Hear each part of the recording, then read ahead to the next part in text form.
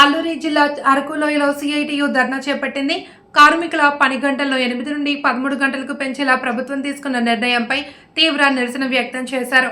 జిల్లా ప్రధాన కార్యదర్శి ఓం మహేశ్వరరావు మాట్లాడుతూ ప్రభుత్వం పెట్టుబడిదారుల కోసమే పనిచేస్తుంది అని ఎద్దేవా చేశారు.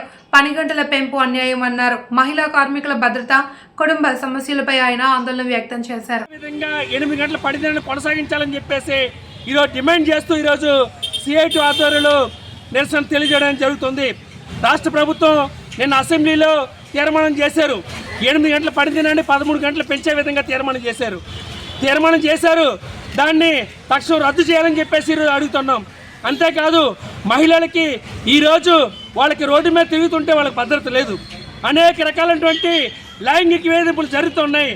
అయినా సరే ఈ రాష్ట్ర ప్రభుత్వం మహిళలకు కూడా రాత్రి వేళల్లో డ్యూటీలు చేయాలని చెప్పేసి తీర్మానం చేయడం అనేది పచ్చి దుర్మార్గం అని చెప్పేసి ఈరోజు ఈ కూటమి ప్రభుత్వం మహిళా సాధకత అని చెప్తుంది. ఎక్కడ మహిళా సాధకత? ఈరోజు మహిళలకి, శ్రామిక మహిళలకి రాత్రి వేళ డ్యూటీలు వేస్తే ఏం భద్రత ఉంటుందని చెప్పేసి ఈరోజు సిఐటిగా ప్రభుత్వాన్ని అడగదలుచుకున్నాం.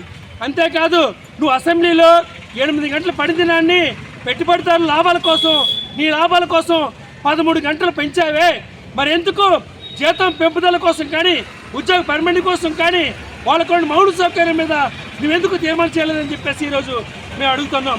కనీసం చట్ట ప్రకారం చెప్తున్నాం, 26,000 జీతం ఇవ్వని చెప్తున్నాం, పర్మనెంట్ చేయమని చెప్తున్నాం, ఈఎస్ఐ పిఎఫ్ఐ ఇవ్వని చెప్తున్నాం. దీనికోసం మాట్లాడరు, 10 గంటలు మాత్రం పెంచేస్తాం. ఇది పచ్చి దుర్మార్గం. నువ్వు ఖచ్చితంగా ఏదైతే కార్మికులు పోరాడి సాధించుకున్నటువంటి 8 గంటల పనిదినం ఉందో ఈ 8 గంటల పనిదినాన్ని కొనసాగించాలి, 13 గంటల పనిదినాన్ని రద్దు చేయాలని చెప్పేసి మేము డిమాండ్ చేస్తున్నాం. ఆ రకంగా చేయకపోతే రాష్ట్ర వ్యాప్తంగా పెద్ద ఎత్తున ఉద్యమిస్తామని చెప్పేసి సిఐటిగా